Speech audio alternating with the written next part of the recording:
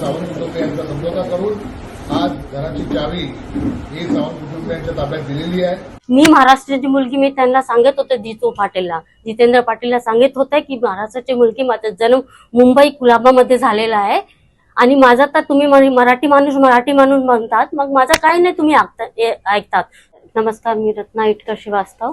12 ऑक्टोबरला मनसेचे लोक आणि संजय सावंत आणि संजय सावंत ते ओनरला घेऊन आमच्या घरी आले।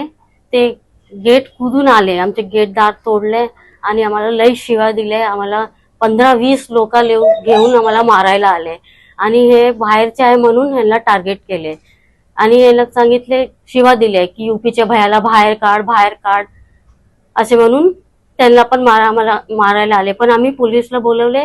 1 तास नंतर पोलीस आले। ते ड्रिल मशीन आणून आमचे दार कापले आणि विंडो सगळे तोडले आमचे आणि आतमध्ये येत होता आम्हाला सगळ्याला मारायला। फक्त मी महाराष्ट्राची मुलगी, मी त्यांना सांगत होते जितेंद्र पाटीलला सांगत होते की महाराष्ट्राची मुलगी, माझा जन्म मुंबई कुलाबामध्ये झालेला आहे आणि माझा तर तुम्ही मराठी माणूस म्हणतात, मग माझा काय नाही तुम्ही ऐकतात।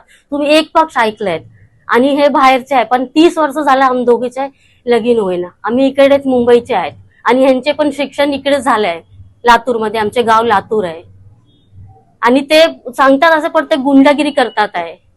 माणूसगी नव्हता त्यांच्यावर। हे जे कार्यकर्ता आहेत हे नुसतं वसुलीचे काम करतात। हे पेपर डॉक्युमेंट एव्हिडन्स आहेत त्यांच्याकडे।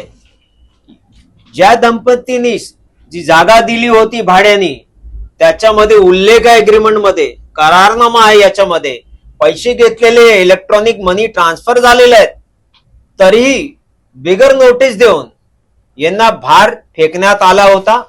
मराठी लोकांना बाहेर काढण्याचं काम महाराष्ट्र नवनिर्माण सेनाचे लोक करत आहेत। दुर्भाग्य आहे राज्याचं। राजसाहेब ठाकरे हे तुमचे गुंडे जे आहेत यांना जपून ठेवा, आता कोर्टात आम्ही खिचणार आहेत। हे बघा, कोर्टमध्ये ऍप्लिकेशनही केलेलं आहेत। आम्ही सोडणार नाही तुम्ही लोकांना।